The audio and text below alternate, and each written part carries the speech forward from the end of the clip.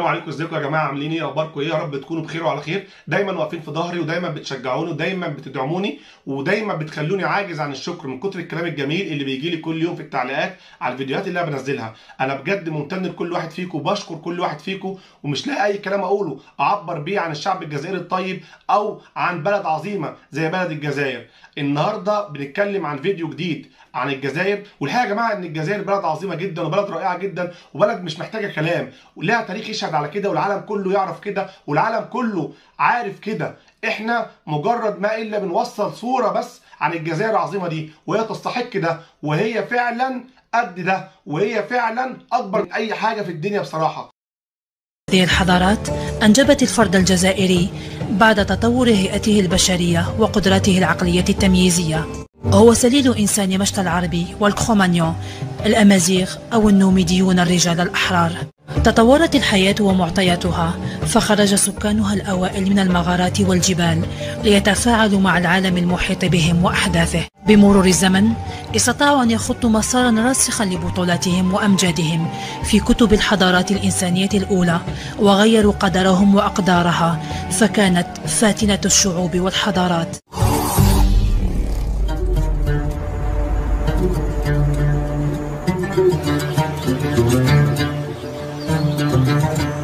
Du 9e siècle avant Jésus-Christ au 4e siècle de notre ère, les Phéniciens puis les Romains ont exploré le bassin méditerranéen pour y faire du commerce.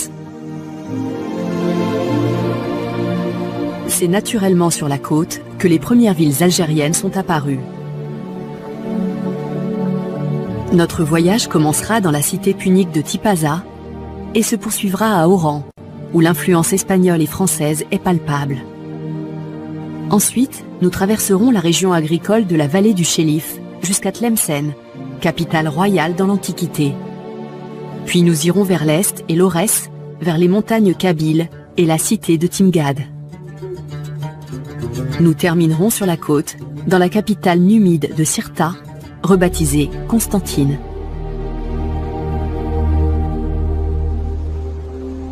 Autour du mont Chénoua, les collines côtières sont verdoyantes et propices à la viticulture.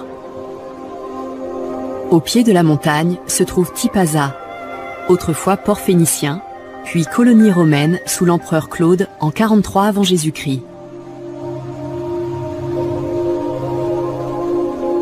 Parmi les ruines antiques, on voit les vestiges d'amphithéâtres, de villas et d'églises. C'est par ici que le christianisme est arrivé en Afrique au IIIe siècle. Il a fallu plus d'un siècle et les 3 guerres puniques contre Carthage pour que Rome s'implante dans cette partie du Maghreb.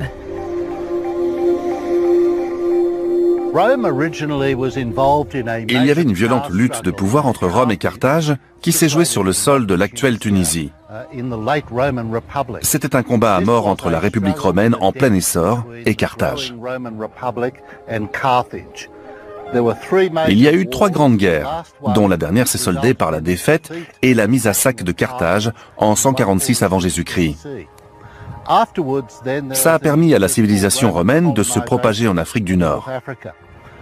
Les Romains ont occupé les anciens territoires puniques et ont peu à peu avancé vers l'ouest jusqu'à la Numidie, c'est-à-dire l'est de l'Algérie, et plus loin l'actuel Maroc. Ce processus a été graduel et méthodique, parce qu'il y avait déjà un royaume dans la région, celui de Numidie, avec une architecture très importante.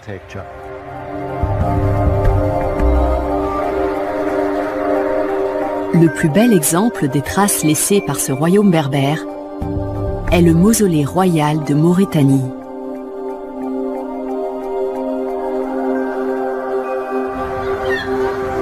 Est le tombeau du souverain numide Juba II et de son épouse Cléopâtre Sélénée II, la fille de Cléopâtre et de Marc-Antoine.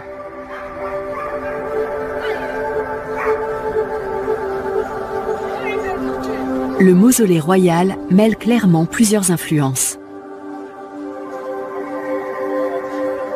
Ce qu'on voit dans l'architecture numide, et surtout dans leurs sites funéraires, c'est la fusion d'idées venues de toute la Méditerranée, des inspirations grecques, hellénistiques, égyptiennes et locales.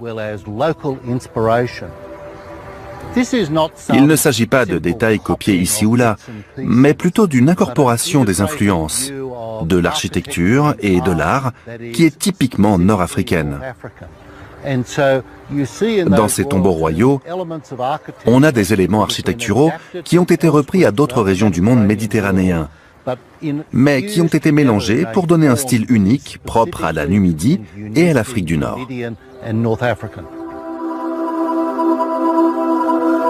Les Ottomans qui ont régné sur l'Algérie au XVIe siècle ont appelé cet endroit le tombeau de la chrétienté, car il y avait un motif en croix à l'entrée. Ils ont ordonné sa destruction, mais leurs ouvriers ont été tués par un essaim d'abeilles. Après cet incident, le mausolée a eu la réputation d'être maudit. Il est toujours debout et reste un site très aimé des habitants.